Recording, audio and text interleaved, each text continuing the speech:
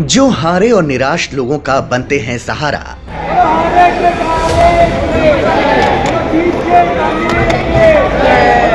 जिन्हें कहते हैं कलयुग में कृष्ण का दिव्य अवतार,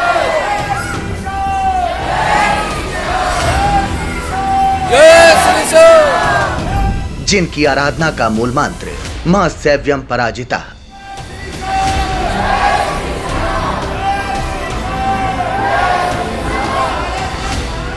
इस आराधना मंत्र के साथ आप सभी का स्वागत है देवता के इस आदिम रूप के दरबार में, जो जन जन में व्याप्त है खाटू श्याम जी के नाम से।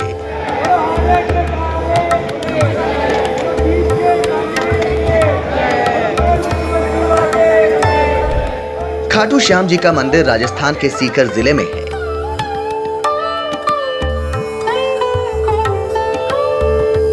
एकदम अनूठा और पूरी धरती पर एकमात्र अकेले ऐसे देवता जिनका कोई दूसरा मंदिर नहीं। इनके दर्शन सीकर जिले के खाटू नाम के गांव में स्थित सिर्फ इसी मंदिर में होता है।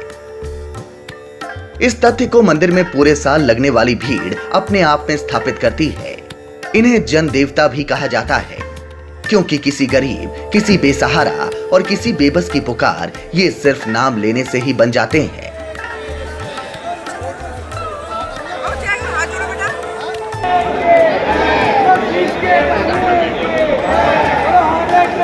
और दर्शन के साथ तो मान्यता ये है कि आपके जीवन से बुरे दिनों का अंत हमेशा हमेशा के लिए हो जाता है। सोचिए, जिनके नाम में ही श्याम है, उनके दर्शन मात्र से कल्याण की कल्पना ही क्या।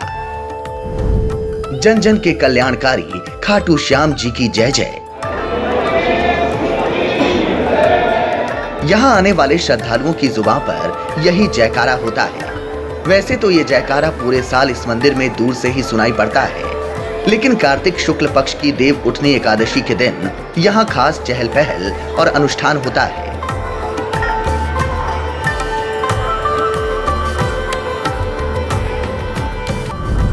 कार्तिक शुक्ल पक्ष की देव उठनी एकादशी जब खाटू गांव के इस कुंड में प्रकट हुए श्याम, मंदिर परिसर में ये जो कुंड आप देख रहे हैं, यही वो जगह है जहां भगवान श्री कृष्ण के शालिग्राम रूप में प्रकट हुए खाटू श्याम जी। इसलिए देव उठनी एकादशी को खाटू श्याम जी का धरती पर अवतरण और पांडव कुल में जन्मदिन भी माना जाता है। महाभारत के मुताबिक खाटू श्याम जी जन्म के समय इनका नाम बर्बरिक रखा गया था। बर्बरिक महाबली भीम के पुत्र घटोत्कच के बेटे हैं। घटोत्कच भीम और असुर कन्या हिडिंबा के पुत्र थे। बर्बरिक की मां का नाम अहिलावत था। मां ने शिक्षा दी थी हमेशा हारते हुए पक्ष से लड़ना। बर्बरिक जब बड़े हुए और महाभारत युद्ध छिड़ा, तब इनके पिता घटोत्कच तो पांडवों की सेना से लड़ रहे थे। तब बर्बरिक तटस्थ थे, लेकिन घटोत्कच के वध के बाद जब ये महाभारत युद्ध में भाग लेने के लिए आगे बढ़े, तब तक कौरवों की सेना हार रही थी। लिहाजा इन्होंने तय किया कि मां की शिक्षा के मुताबिक वो हारती हुई सेना के साथ ही लड़ेंगे। बर्बरिक अपने पिता और दादा की तरह पराक्रमी योद्धा थे। बर्बरिक देवी शक्ति के उपासक थे, जिनसे 3 दिव्य बाण मिले थे। बर्बरिक के पास 3 ऐसे बाण थे जो पूरी सेना को खत्म कर सकते थे। बर्बरिक धरती पर श्री राम और अर्जुन से भी बड़े धनुर्धर थे। जब कृष्ण को पता चला कि बर्बरिक कौरवों की तरफ से लड़ेंगे, तब कृष्ण ने ब्राह्मण का भेष धर बर्बरिक से भिक्षा मांग ली।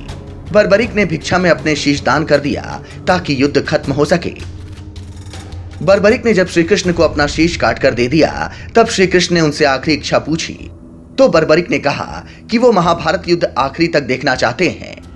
तब श्री कृष्ण ने बर्बरिक का सिर एक पहाड़ी पर रख दिया, जहां से उन्होंने पूरा युद्ध देखा। युद्ध खत्म होने पर पांडव सेना में इस बात पर खींचतान हुई कि युद्ध किसकी वजह से जीता गया। तब अंतिम राय बर्बरिक से पूछा गया। बर्बरिक ने कहा, यह युद्ध श्री कृष्ण की वजह से जीता गया।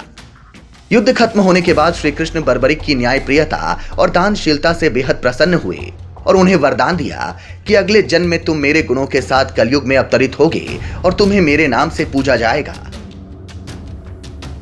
वहीं श्याम खाटू गांव के इस कुंड में शालिग्राम रूप में प्रकट हुए।